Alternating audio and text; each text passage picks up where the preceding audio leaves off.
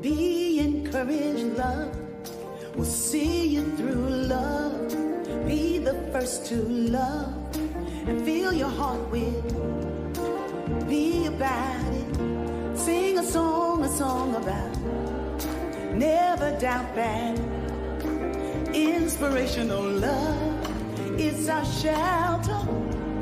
Now and always love. Before and after love. Love, love gives you courage. Heals your heart. It's the best thing. You can't go wrong with it. 'Cause it's eternal and it has no end. So stand on up for love. Full dimensional love is our shelter. Now and always love. Before and after love. Love, love gives you courage. Heals your heart. It's the best thing. You can't go wrong with it. 'Cause it's eternal and it has no end. So stand on up for love. Unconditional love is our shelter, love. Now and always love. Before and after love. Love, love, mother. There are too many of you crying. Brother, brother, brother. There are far too many of you dying. You know we've got to find a way to bring some love in here today. Yeah. Oh, Mama, we don't need to escalate. You see that war is not the answer. For only love can conquer hate. You know we've got to find a way to bring some love in here today. Brother, too many dying. Sister, mother, fathers, far too many of you crying. You know love is our courage, love. Now and always love. Before and after love. Love, love. Love being. Get your groove on.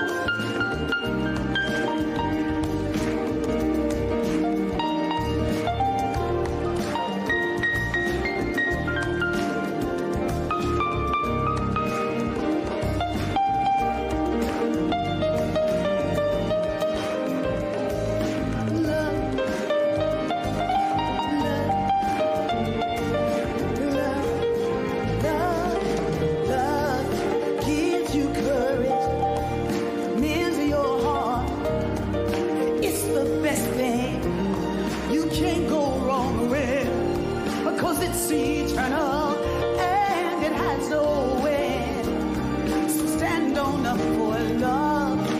Unconditional love is our shelter. Now and always love. Before and after love. Love, Father, Father. Everybody might think we're wrong. Oh yeah. Oh, but who would they to judge us? Simply cause our faith is strong. You know we've got to find a way to bring some love in here today. Yeah.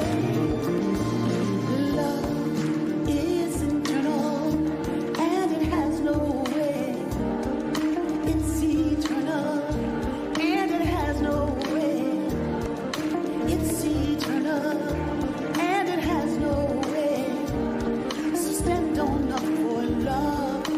Unconditional love is our shelter. Love.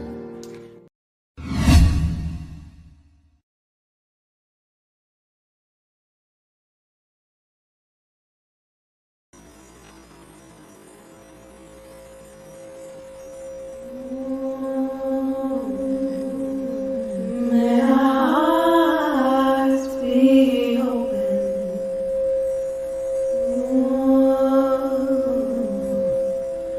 May our hearts be open.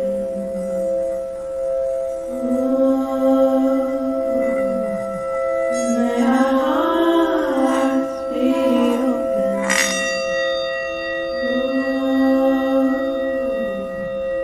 May our hearts be open.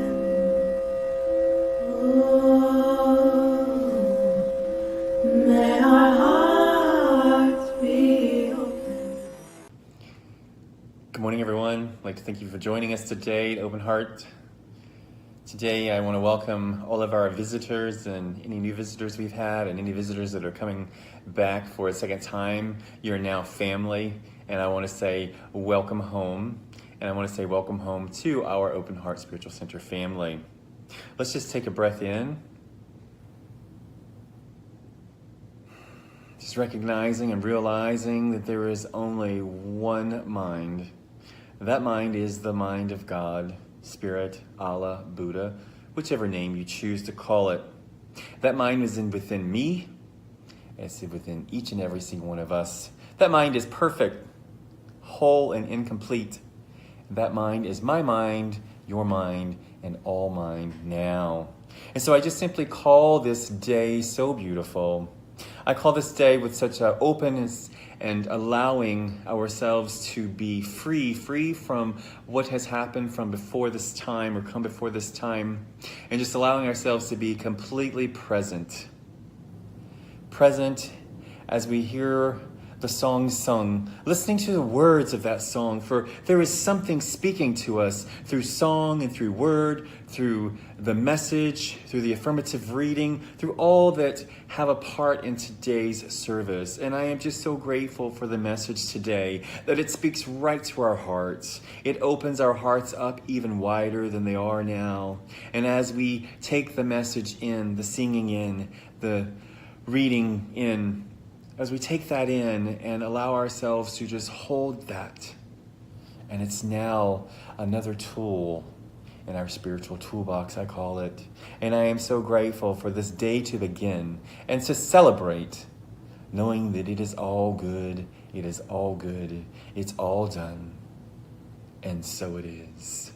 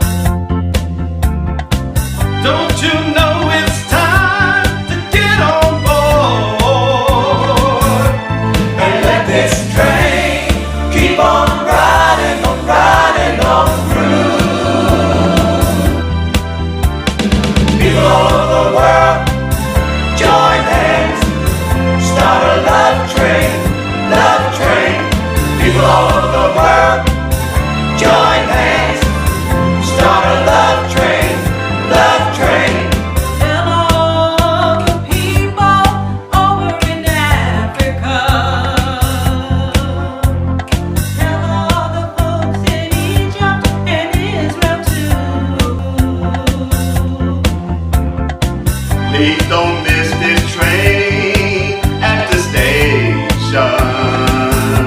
'Cause if you miss it, I feel sorry, so sorry for you.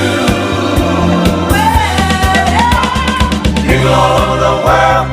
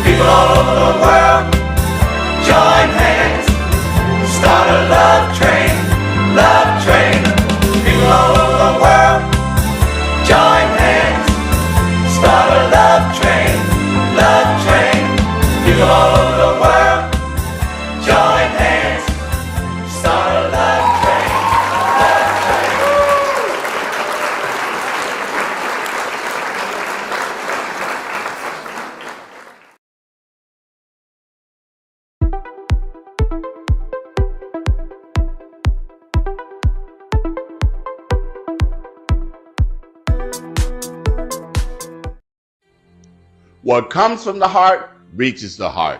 Good morning and welcome to our Heartstream for this Sunday, April the 6th. We've had very rainy days here in Memphis.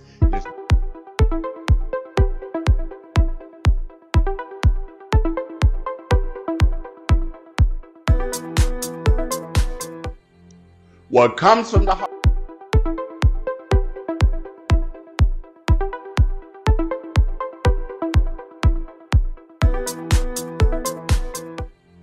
What comes from the heart reaches the heart.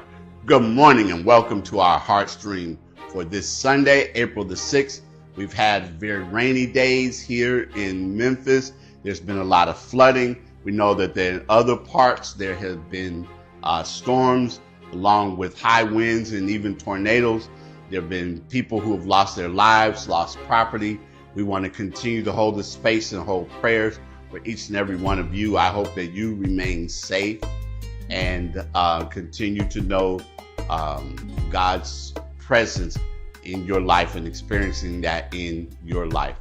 I'm so glad you've joined us for this morning's Heartstream. As always, and just a few things I'd like to remind you about. First, I'd like to invite you, those of you that are here in the Memphis area, that if you have an opportunity today to come out and join us at Unity Christian Church at 11 a.m., 3345 McCorkle Road in Whitehaven, an opportunity to share with the congregation there. Now also on April the 27th, which is a Sunday afternoon at 3 p.m. will be my installation as the senior pastor of Unity Christian Church. And you are invited. There will be a program and a reception and an opportunity to come out and to share on a very special and meaningful occasion for me. And I hope that you, again, have the opportunity to come out and to share that afternoon. And again, I thank you for your support and all of the things that you do for supporting this Heartstream, your donations, you're sharing the word, you're getting the message out. Continue to share the message about the Lenten, Keep a True Lent meditations that are available on YouTube and Facebook. And just wonderfully, again, I just thank you, appreciate you for all the support. There's so many things that I am truly grateful for and truly appreciative of. And as always, I greet you, I bless you, I see God in you.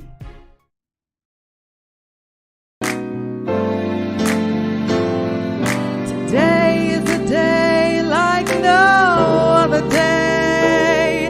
Just think and you'll know that it's true. Days like today should be holidays. So I'm singing this message to you. Happy birthday to you. Happy birthday to you. Happy birthday to you. Just have a happy day.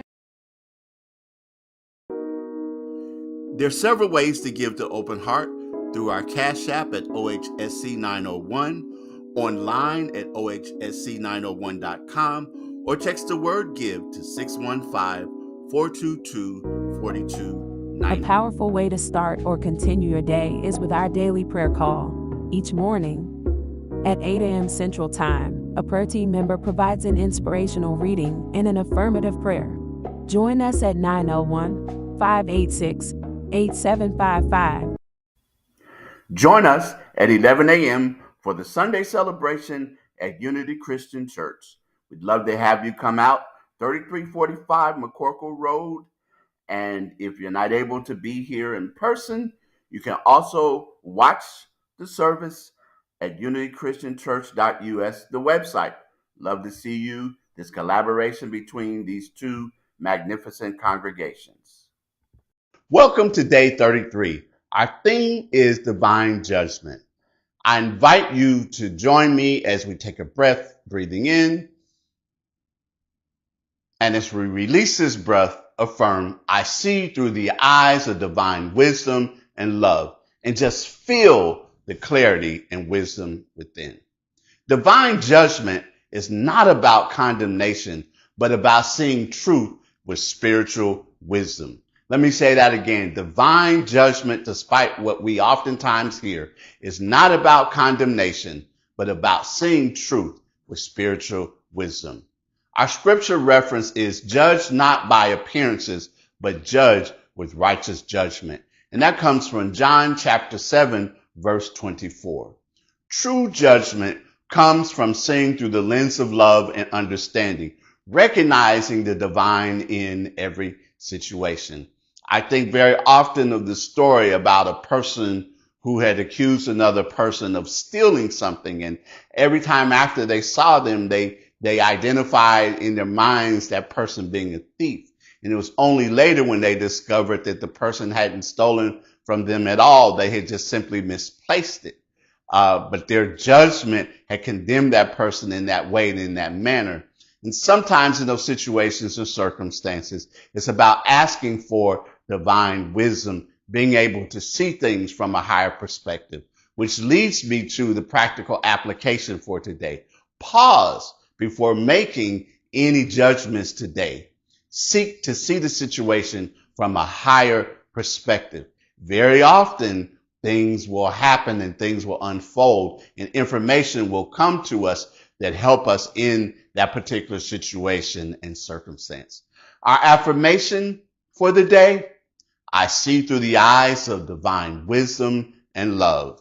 And my closing blessing for you: may your heart be open to divine clarity, free from fear and misunderstanding.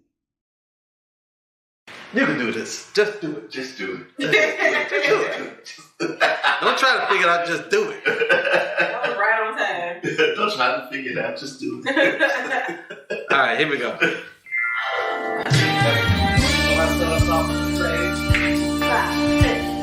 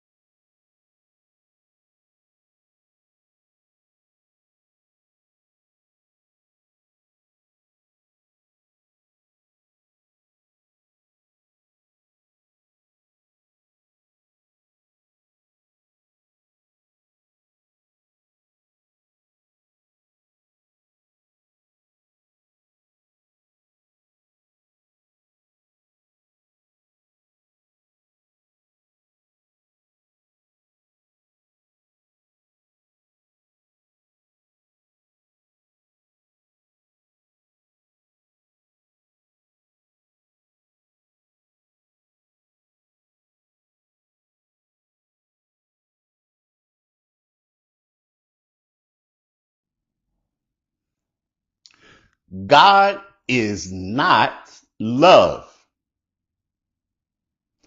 God is not love. That's right. I said it. I said it. I know you probably think I'm crazy. I know you're probably wondering what I'm talking about, but I'm going to say it again. God is not love. You might be shocked by what I said. The other week I was asked, what is metaphysics? And as I was talking to the person and explaining it to them, I was talking about the fact that we take the word metaphysics literally, it means beyond the physical. But it's more than that. It's really about a shift, not just in thinking, but of being. Charles Fillmore describes it as the science of being. And I think it's important for us to understand that it's a shift in thinking, a shift in being, a shift in talking, walking, responding to life, showing up in the world. A shift beyond conventional wisdom and thinking. And the key to this shift is how we conceive of God. You hear me say all the time that one of the keys to grasping our teaching is how we think about God. I say think because how we understand something leads to how we respond to it. So how we think about God, how we conceive God, more importantly, how we experience God, then determines how we respond to God. We understand God rather than something out there as something inside of us. Rather than a man or a woman, God is a spirit or energy or presence. Say we believe these things, but believing them is not enough. We have to become the presence of God. We have to show up in the world as God in expression. We already are unique, individualized expressions of God. I say that all the time because it's the truth, and it's the thing that I will say, continually say until last breath in my body. We are unique, individualized expressions of God. But sometimes it can be difficult because we have trouble seeing our finite bodies containing something unlimited and vast. It's easier to believe in the God outside of ourselves. As a matter of fact, that is what most of us grew up believing, how most of us were taught to think, how most of our religious thinking in the conversations, the songs, the messages, the teachings, all of that so often concentrate on and talk as if God is something outside of ourselves, which causes us to objectify God or make God into a noun. And then we have to go places to find God. We go to church to find God. We go on retreats to find God. We climb up a mountain to find God. We put icons and statues on things to signify God. But God is outside. God is a noun. God is an object. But it's important for us to move beyond this. It's important for us to get into this and take this because it takes us to an interesting stage. I said earlier that God is not love. We ordinarily think of love as a noun, as a thing, but God is not a thing or a noun, and love is not a thing or a noun. God is an action. God is the act of loving, of lovingness, the energy of loving. The reason why God isn't a noun is because nouns don't exist. What nouns actually do is they symbolize a state of consciousness that has brought whatever the present is into being. A table is not a noun. It is an action. We think of it as a table because it functions as one. You can put a board across a couple of rocks, and if you use it as a table, it becomes a table because it acts like a table. But what is this? If you're looking at this, I know you'll say that this is a fan. And don't worry, I'm not going to do the latest dance that's out there now, the boots on the ground line dance that features people with their fans and other things like that. But you would say that it is a fan. But I'm going to ask you, what is this? This is a piece of paper that you will say. But if I do this, doesn't it become a fan? Because now the action of it is an action of fanning. And because of that action of fanning, it becomes a noun. God is an action, an energy, a presence. Love is an action, an energy, a presence, and loving. God is not omnipresent, but omnipresence. For God to be present will have to be an object somewhere. But God is everywhere, including inside of us. When we call on God, our higher consciousness, to do something, that means we think of God as a noun. We're asking God to do something that's already been done. It's like asking the sun to shine. The sun is already shining, no matter how dark and cloudy or rainy it might be like it is today. God is, the sun is. It's already shining. Asking the sun to shine would imply that the sun does not shine, or the sun only shines when we call upon it or demand it. The same thing oftentimes people feel as with God. But ultimately, God is. And things are already done in the mind of God. God is a process that is actively at work, an energy or a spirit. You may recall the story of the woman at the well, one of my favorite stories from the Bible. I remember growing up that my father preached a sermon on it one time, and it fascinated me, and it has remained one of my favorite stories of the master teacher Jesus, when he encountered the woman at the well. And as they had a conversation, and she asked him a question, and the question that she asked him, she said, you know, that our ancestors said that we worship God here on the mountain, and you Jews say that you worship God in the temple, and ultimately where we worship God, where is the proper place to worship? And Jesus said, I tell you, the hour is coming, and now is, that when the true people, the true worshipers, worship God, and we can get into that, we will worship God in spirit and truth, for God is spirit. So God being everywhere present, that we're implying here, that, and ultimately the act of worship goes beyond the way that we traditionally think again, because it would be again putting God outside of ourselves, a noun. But ultimately, I liken worship to experience. One of the reasons why I like to talk about, rather than a worship service, a celebration, because we are celebrating the presence and the experience of God moving in, through, and as us. And one of the characteristics of this energy that we're talking about, this spirit that we're talking about, is likened to a magnet. Charles Fillmore says that love attracts whatever the mind aims it at, good or bad. He goes on to call it the drawing power of the mind. The magnetic energy of love is impersonal and can equally draw forth lust, greed, or any other human desire when it is aimed at them. It can just as equally evoke beauty, compassion, and unselfish goals when it is focused on them.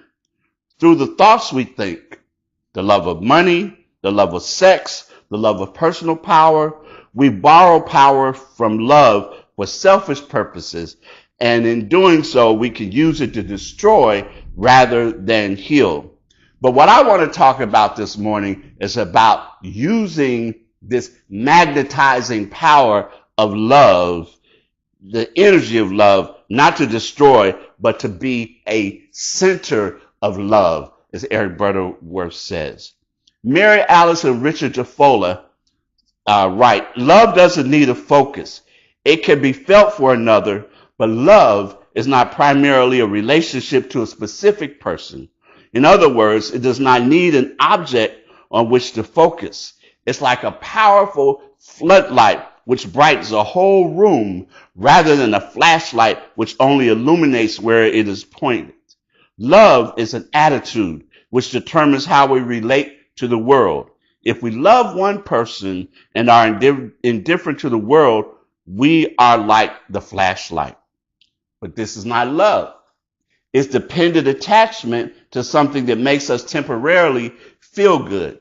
Yet most of us have believed that love begins with an object to love rather than being an indwelling faculty to be lived. I think about that, about an object to be loved. I think about a child with a teddy bear.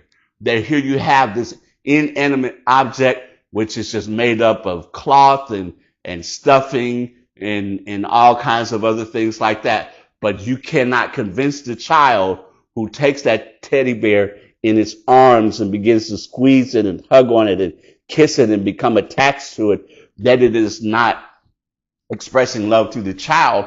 But what ultimately is happening is that the child is expressing its love, opening itself up, that love, that floodlight again, as we talked about. And in doing so, it has an experience of love, and it comes forth because that is our divine nature. Our divine nature is loving, and when we give over to that, then it comes out, it blossoms, and it spreads. And when we understand this, we know again what Fillmore says, that love is the drawing power of the mind. It is impersonal. It doesn't have a particular object and is universal because it shines like the sun. The sun shines on all its path. And in the same way, Linda Martello Whitsett writes, the love's magnetizing power attracts me to people and situations that reflect harmony and unity, as well as those that appear to repel harmony and unity. Understanding this is understanding the law of attraction, which is based upon the principle and power of love. She goes on to share the story of a boyfriend from college that he invited her to come home to meet his parents, but he warned her before she got there that his mother would be civil toward her, but she would not be warm. And sure enough, when they got to the house, she gave her pretty much the cold shoulder. He explained to her that a few years earlier, he had lost his brother. Now he was the only child, and she was highly protective of him from other people around and even girlfriends. And so she found that to be the case. And every time she had interactions with the mother after that, the mother continued to turn a cold shoulder to her. And one day, though, her boyfriend let her know that his father had had a heart attack and was in the hospital. And she began wondering what she could do to bring some comfort to the mother. So she picked a time when she knew that her boyfriend would be at the hospital with his father and the mother would be at home resting. And she went and she bought a pie and she carried it over to the house. And when she first got there, again, she got the, not so warm treatment from the mother. But she sat down with her, spent some time, and allowed, as we say, that floodlight of love to come forth.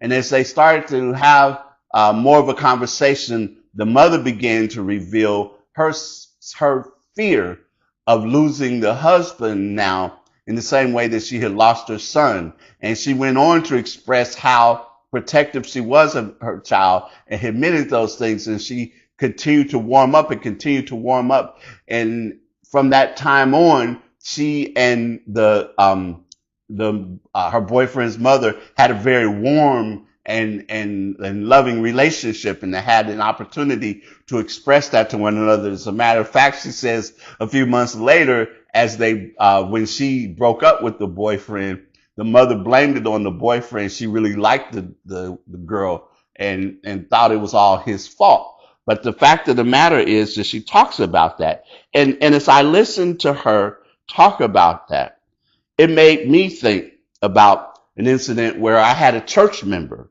who called me to lambast me for not going to visit her mother.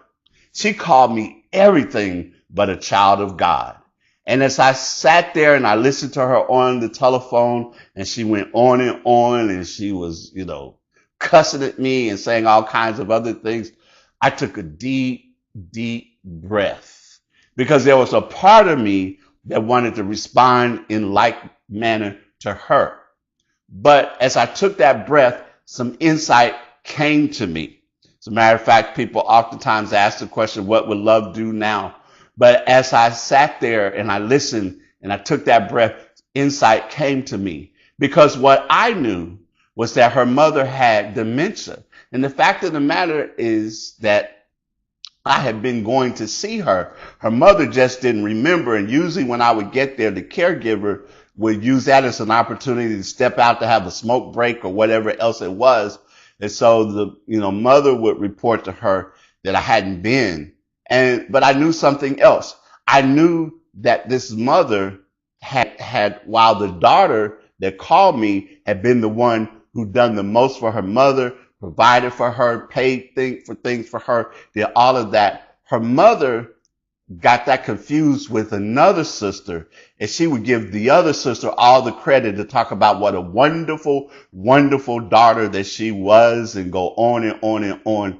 And I could just feel the frustration and the hurt in her voice, even though she was saying the terrible things that she was saying about me. And so my response back to her was, it must be really tough knowing that while you're doing everything that you can for your mother, you don't get the credit for it. She doesn't recognize the love that you have and what you're doing for her, and that your sister gets all the credit for it. There was silence on the phone. And then I could hear her on the other end crying as she opened up. And she said, thank you. Someone finally understands. It wasn't about you. I'm so sorry. And as we continue to share our conversation, and from that time on, things changed with us. The dynamics of us changed with that. And what happened in both situations is what Linda Martella Whitsett describes, that we experienced awakening to the magnetizing power of love. That is, she experienced awakening to the magnetizing power of love with her boyfriend's mother, and I experienced that with my member. Because you see, love is what we're made of and what attracted us to one another. And a lot of times the law of attraction is implied when we run into situations that we would label negative, but the highest law of attraction is love.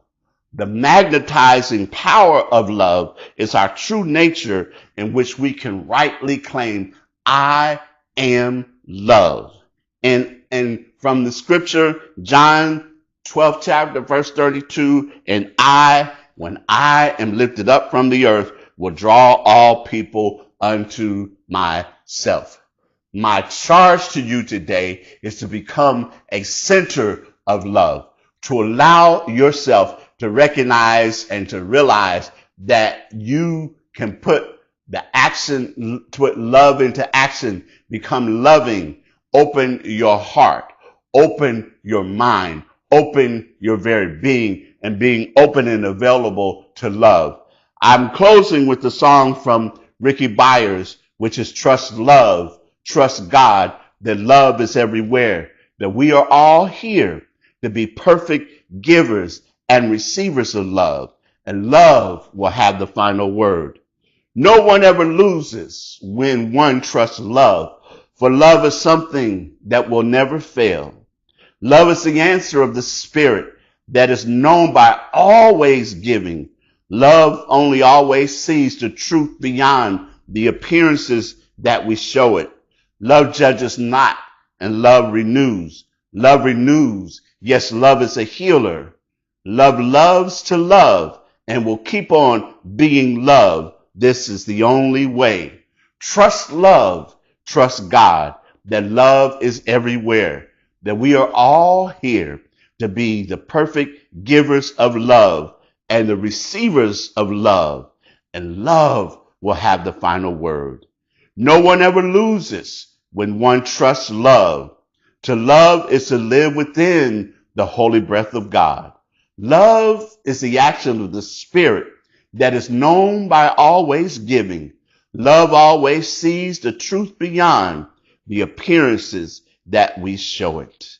Trust love and lean on love. Trust God, that love is everywhere, that we are here to be the perfect givers of love, for love will have the final word. Be a center of love, a center of loving. The world needs you. Amen.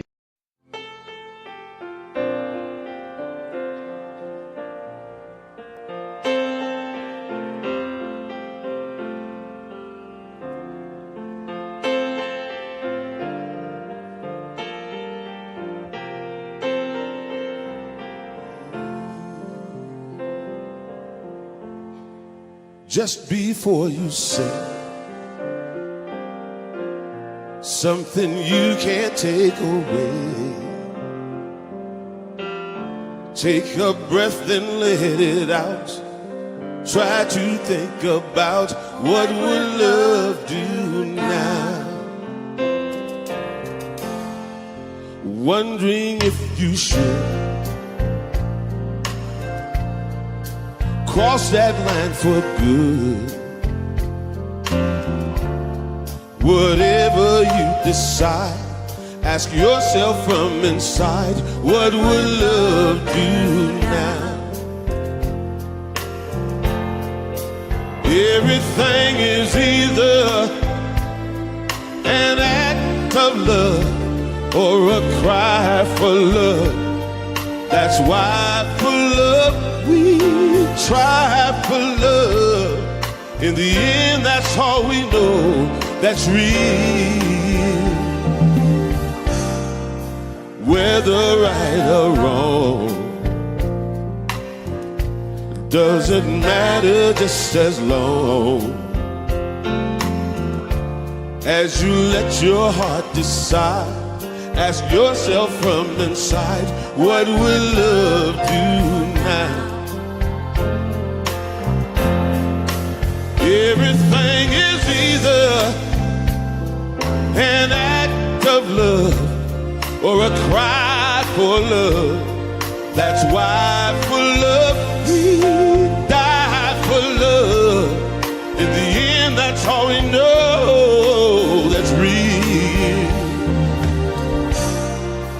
Whether right or wrong doesn't matter, just as long as you let your heart decide. Ask yourself from inside, what would love do? Sing it from inside with me, y'all. What would love do now? Let me hear you sing it, people. What would love do now? Sing it one more time for me, y'all. What would love Do now. Thank you.